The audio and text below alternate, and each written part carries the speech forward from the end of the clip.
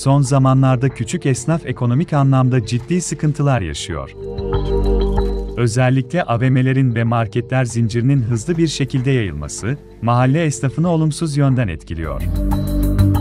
Rehber TV mikrofonlarına konuşan mahalle esnafı, çok zor günler yaşadığını ifade etti.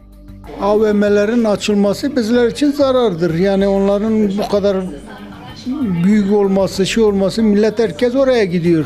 AVM'ler küçük esnaf için bitirici bir şey. Bu alışveriş merkezi AVM'lerin açılmasıyla bizim işlerimiz takriben yani yarı oranında düştü. %50 oranında düştü.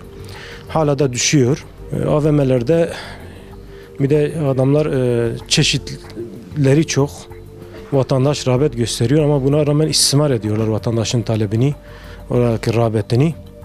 En son mesela gündemde yumurta var. Yumurta örneğin biz hiçbir zaman 40'ın üstüne çıkmadık. En azami fiyatımız, en üst fiyatımız 40 liraydı. Adamlar 48'lere kadar çıktılar. Marketlerin örümcek ağı gibi mahallenin etrafında yani sarmaları bizi örümcek ağı gibi sarmışlar esnafı. Küçük esnafların hepsini yani yok etme için vardırlar. Yok etme için. İleriki yıllarda daha da bunlar yani bizim esnafı bitirmeye çalışıyorlar. Tek kalınca da tekel gibi istediği fiyatı uygulayacak vatandaşa. Örnek vermek açısından AVM'de bir pantolonun fiyat aralığı şu anda kaliteli bir eşya olarak 250 ile 500 lira arası değişiyor. 500 lira yüksek bir meblağ bir kot pantolon için.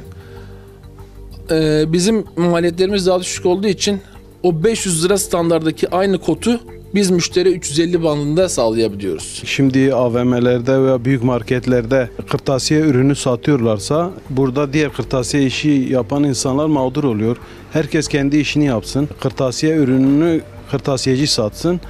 AVM veya büyük süpermarketler de diğer gıda ürünleri ve diğer ürünleri satsın. Giden kişiler hem kendi ihtiyaçlarına yönelik hem çocukların ihtiyaçlarına yönelik. Hem yeme hem içme. Yani sadece mağaza üzeri değil, bu şeyi de aynı zamanda etkiliyor. Lokantaları da, ne bileyim şu aşağıdaki dürümcüyü de etkiliyor. Bu AVM'ler hepsi şehir içindedir. Küçük esnaflar nasıl yaşarsın? Yani AVM'ler de tabii ki AVM'ler küçük esnafları bitirdi yani o kadar şey kalmadı yani pek tatus kalmadı yani. Vatandaşa da seslenen mahalle esnafı, halkın kendi esnafını unutmaması gerektiğini dile getirdi. Esnaflardan alışveriş yapmalarını isteriz. Çünkü yarın öbür gün milletle yan yana olacak olan gene küçük esnaflar millettir.